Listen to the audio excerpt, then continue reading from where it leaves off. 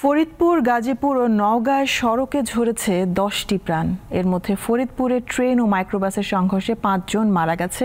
এছাড়া গাজীপুরে 3 এবং নওগাঁয় নিহত হয়েছে 2 জন।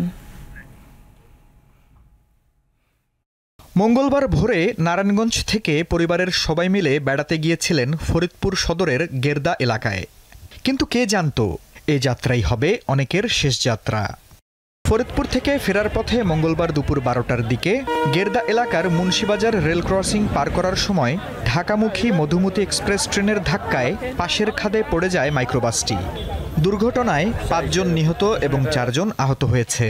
প্রত্যক্ষদর্শীরা জানান, রেল ক্রসিংয়ে কোনো গেটম্যান ছিল না। দুর্ঘটনায় মারা গেছেন মামুন চৌধুরী লিটন, তার স্ত্রী ফাহমিদা শারমিন মুন, লিটনের শ্যালক সাইদ ভুইয়ার স্ত্রী আতিকা রহমান ভুইয়া তোফা, আরেক শ্যালক হাসিব জহিরের স্ত্রী সাজিয়া সাজু, লিটনের স্ত্রীর বোন উম্মে মাহমুদা রিঙ্কু। তারা সবাই নারায়ণগঞ্জের ভুইয়াপাড়ার বাসিন্দা। দুর্ঘটনার পর নিহতদের বাড়িতে নেমে আসে শোকের ছায়া।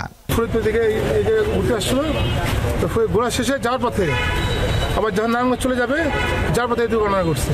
ওরা সবাই একই পরিবারে 2টা গাড়ি নিয়ে আসছিল। এদিকে গাজীপুরের কালিয়াকৈরে ইট ভর্তি ট্রাক ও যাত্রীবাহী অটোরিকশার সংঘর্ষে 3 জন নিহত এবং 1 জন আহত হয়েছেন। অন্যদিকে নওগাঁর মহাদেবপুরের 13 মাইল এলাকায় সড়কে দাঁড়িয়ে থাকা ট্রাকের সাথে ধাক্কা লেগে 2 মোটরসাইকেল আরোহী নিহত হয়েছেন। আফরিদ হাসান, দীপ্ত, বার্তা কক্ষ।